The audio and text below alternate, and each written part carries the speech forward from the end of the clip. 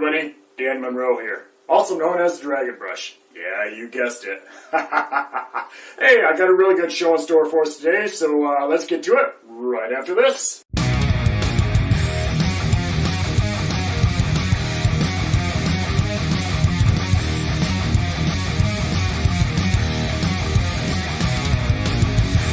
Ahoy, Spooky Joe!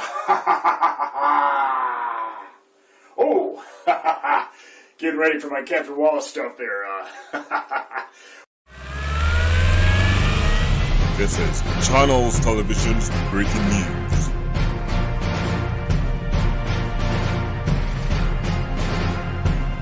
Dennis Rodman writes children's book.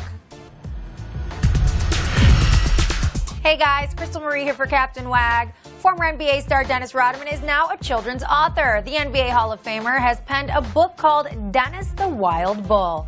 Rodman recently reconnected with his father after being separated for 42 years and hopes this book will help him better his relationship with his own children.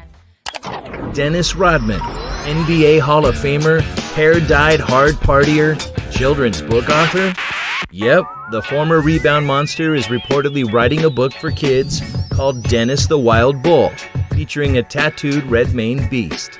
According to the book's website, Rodman's submission... Our Get Real this morning is about Dennis Rodman, NBA Hall of Famer, basketball's bad boy, several arrests for drunken driving, domestic violence, the head coach of a topless women's basketball team, problems paying more than $200,000 that he had in child support due until last month, and now he is penning a children's book.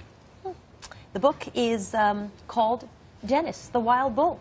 And it kind of looks a little bit like Dennis Rodman, has some tattoos and some piercings. According to the website for the book, it will convey good lessons to children based on Dennis's own experiences as a world-class athlete. It'll be about overcoming obstacles similar to the ones that Rodman faced growing up. Rodman, the agent, told the Daily News it focuses on character. Would you read that to your small children? You know, we do have that book, Go the Expletive Deleted to Sleep. Anyone ever familiar with this? Yes, that's a fantastic book. Yeah. I don't even have children and I read that book. It's a great book. I've never seen it. I don't know if this is in that genre. I know. I think his is It's a serious children's book. Look, book. I'm all for redemption, so I like that even if Dennis Rodman maybe hasn't gotten there, that maybe this was part of his therapy and rehab. Like, write a children's book, help get through your childhood, help other children continue to not make the mistakes that you made. I think so too. I mean, I think it's our culture now. They didn't know the man who illustrated Dennis entitled to Rodman's their recent children's book lives right here in a small town in West Michigan. Alex Jokic met up with an artist in Paw Paw whose career is skyrocketing. Alex. Josh, you've probably seen Dan Monroe's work on TV or in bookstores this year without even realizing it, and he's working on several other celebrity projects as we speak. I sat and watched Jimmy Fallon hold that book on his show and fan it open for people to see the artwork that I've done. I mean, it's amazing. Dan Monroe's always been an artist. In fact, at 12 years old, one of his comic books was even published. But even he was surprised when he recently landed a deal with an NBA superstar. You live your life in a small town. The first time I was contacted by the writer that said, you know, we're putting together a thing with Dennis Rodman and we would like for you to work on that, I was, of course, blown away.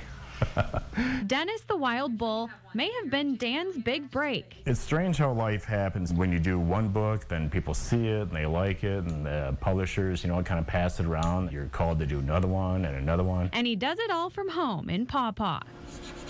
5 big-name books in the past year. I've done a book for Jesse James Leha, who is a boxing champion. I did a book for Christgau. He's actually a International Boxing Hall of Fame. I'm working right now on a book for Erika Leniak. People may know her from Baywatch. Each book takes anywhere from 10 days to a couple of months to complete, but that's nothing compared to Dan's now quite successful illustrating career, which has been a lifetime in the making. Since the time I was a child, you know, I've been working towards this moment. It's not such an easy thing that dreams really do come true, but you have to make them come true.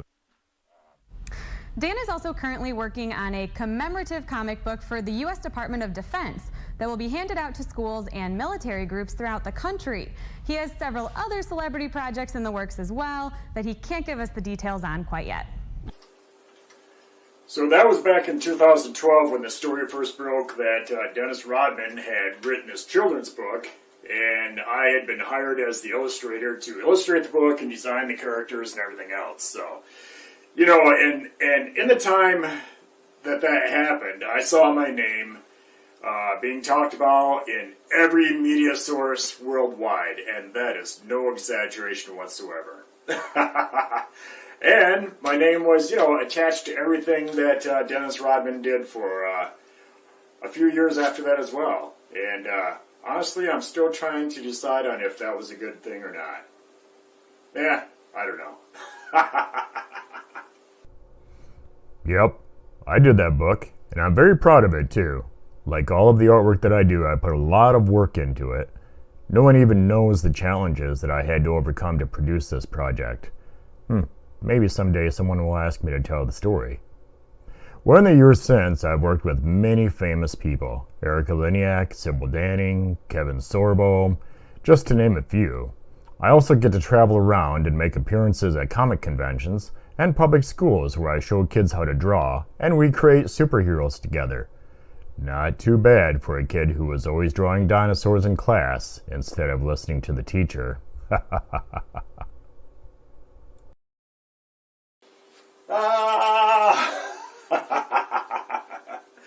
Oh my goodness, wow. You know, my next segment has me bringing in and talking to just a huge, huge icon of the Geekverse. Anybody who knows The Land of the Lost and many other things that this man has been in, yeah, you're going to know exactly who he is as soon as the cameras roll. So, hope you enjoy this.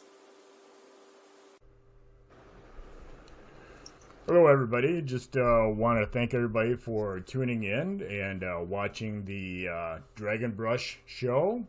And today I have a very special guest with me. It's my good friend and actor extraordinaire, and I want to thank him for taking time out of his busy schedule to come and talk with me a little bit today. But here we have Wesley Orr. Hey, how are you, Daniel? I'm doing good, Wesley. How are you doing, buddy? Listen, I'm in Mexico. I'm in Puerto Vallarta. I'm really struggling with 80-degree weather in the sun. I don't know how I'm shoveling sunshine. It's not easy. Well, you know, we're up here in Kalamazoo, Michigan, and right now outside it's snowing and blowing, and you know we have our highest temp right now is 10 degrees. So that's why I come to Mexico. I do not blame you there at all. And Daniel, as the signs all over down here in Mexico say, you're on the fun side of the wall. So. Down there with the mangoes and everything else, I saw your pictures. Mangoes are in full bloom, and within a month they'll be falling off trees. Did you ever? I did not know that a mango tree. I thought a mango was like a little bush, like a papaya, right? Right. They're like 3 to 4 story high trees with thousands of mangoes. And the other day I'm walking by a school in Puerto Vallarta, and suddenly this thing drops in front of me, and I look down, and it's a ripe mango. Oh my God! And I look up. And I'd never seen a mango tree before. Well, their one right in the middle of town is one that is in full ripeness. Thousands of mangoes. So I picked up the mango, I ate it, and I have fallen in love with Mexico. But they're all over town. There are thousands of them, big, huge trees. Oh so goodness. It's amazing. That is amazing. That just sounds amazing. You know, it reminds me of days back when I was living in Hawaii years and years ago. When I was stationed there. And you'd be walking downtown Honolulu and a coconut would fall out of a tree, you know. Daniel, do you know I actually researched it? I swear I did this. Deaths by coconuts each year is huge. Right? I'm not kidding. It was like 800 people or something a year, if I'm not mistaken. It was, I mean, but you would think that would be, oh, well, it's not, nobody's going to die of a coconut. No. They're huge. They're heavy. They're all over the place. If I look out my window, I'm here. I live in a very sort of Mexican area, and I look at the jungle from my room, my house, and I can see tons of wild coconut trees, and they're filled with coconuts way up on the mountain and stuff. And if you get under that in a windstorm, you're in trouble. Oh my goodness! Wow, that is crazy. Well, Wesley, if you can tell my people here who you are, what you've done. I know you're straight from the land of the lost. Yeah, run, Holly, run! There's a dinosaur. That's my entire performance is Will Marshall on Land of the Lost. But I sang the theme song, which was good. That was, if you guys remember, Marshall, Will, and Holly on a routine expedition met the greatest earthquake ever known. High on the rapids, it struck their tiny raft. Plunged them down 1,000 feet below to the land of the lost. Roar. That's awesome. But I'm also the co-creator of PBS's #1 show, Dragon Tales, which ran for 9 years, animated, produced by Sesame Street people, and it was an incredible hit. And I also played Mike Horton on Days of Our Lives for 9 years, and I hosted Finders Keepers for Nickelodeon, lots of movies in production for another couple of shows, and lots of concerts, and that's kind of my life. That's amazing. And I live in Mexico. You can't beat any of that, man. You can't beat any of that. No, you see, I mean, we have something in common because Dragon. Oh, yes. Dragon Tales. You see, I mean, we're connected. Absolutely, we are. Absolutely. And you know what? I loved Dragon Tales when it was on. And of course, my children did too, And we would watch it all the time. And of course, I grew up. I don't want to age you or me or anything like that, but I did grow up watching you on the Land of the Lost. And, I was very young and very pretty. You were.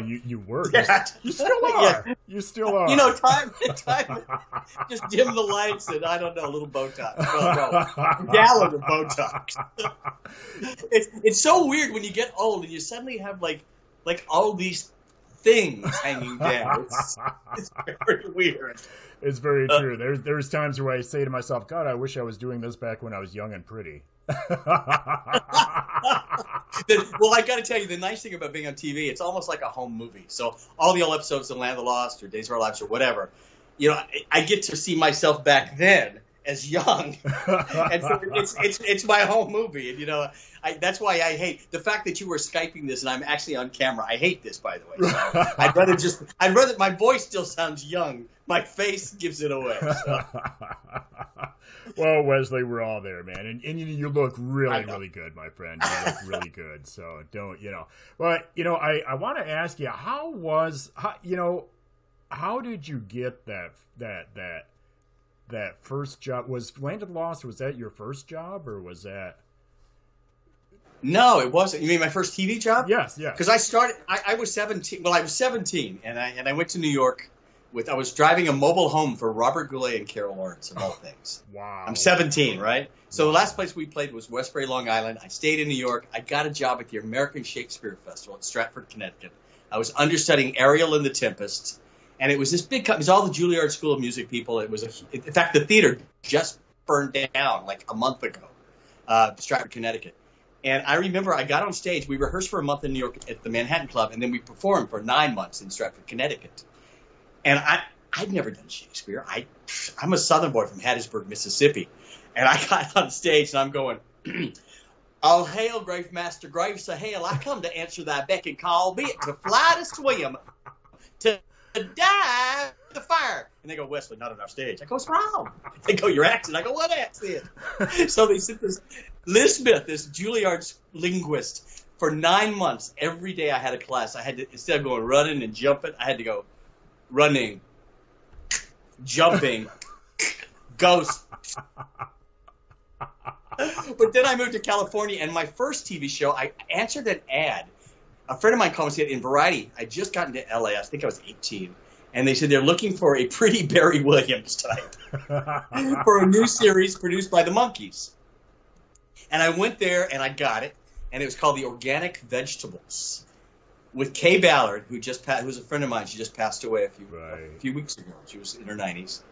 And I was the lead drummer singer of a rock band, and we were waiters and waitresses, the 5 of us, in Kay's restaurant, which was an organic restaurant, and we were called the Organic Vegetables.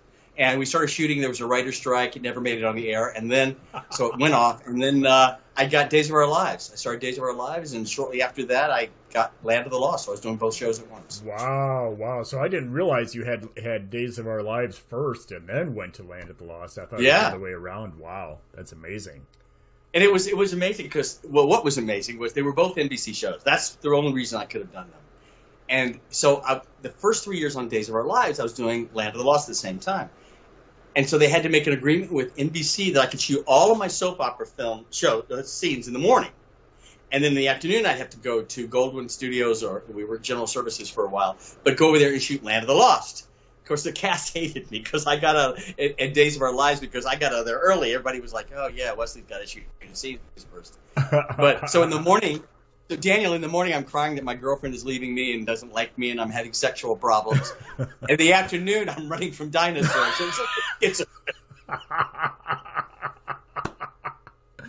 Oh, my God. Well, what a life. I mean, what a life, That's gorgeous. That's gorgeous. Well, I never took it for granted. When I got my first TV series, I didn't even have a car. And so I remember I had to get a car because I had to go to NBC Burbank and then over into Hollywood and then my apartment. I mean, I was living in this little dive. And I had no money, and I suddenly got 2 TV series really quickly. And so a friend of mine says, well, my dad's got an auction. He goes to car auctions. So I go to the car auction in Los Angeles. I'm 18, and a 1951 Riley, which is an English car, this old car with looks like a poor man's Rolls Royce with on the side, if you turn the right and left signals, they were flippers that came out of the side that lit up for directional signals, right? Right. Well, of course, it was the stupidest purchase I ever made in my life. It was in the shop for 7 years, but it was, it was fun. God, that's funny. That's fun. So you pretty much were driving Chitty Chitty Bang Bang. I was. And my license plate said I got my personalized license plate because I was a hip Hollywood guy, right? And it said "Life of," because it was a Riley. Life of Riley. Right. If you understand that, by the way, if anybody's listening, understand that, you are old.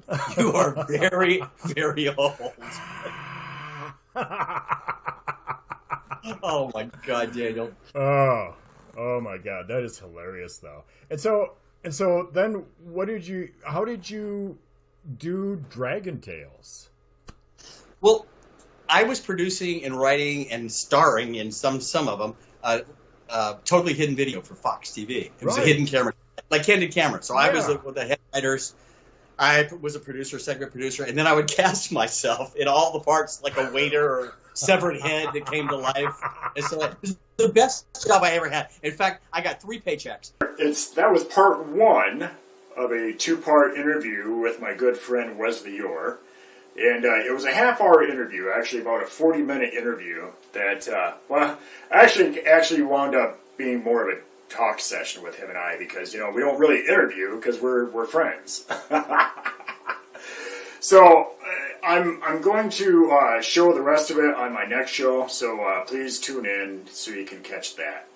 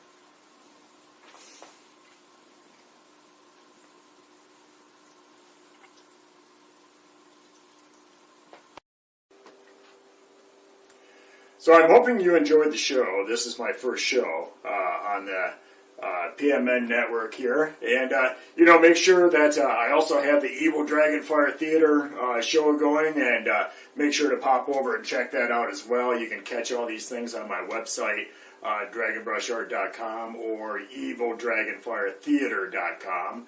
And, if you have a child, or if you know a child that likes to draw, and I especially like to have children send in their drawings because they're so pure and everything. And, just have them send me in a drawing, and my email is right there. You can send it right there. And what I'll do is every email that I receive, I will answer it personally. And if you send me in the artwork, then I'll probably show it on my show here as well. All right? So until next time, everybody, be good at it, and remain true to yourself always.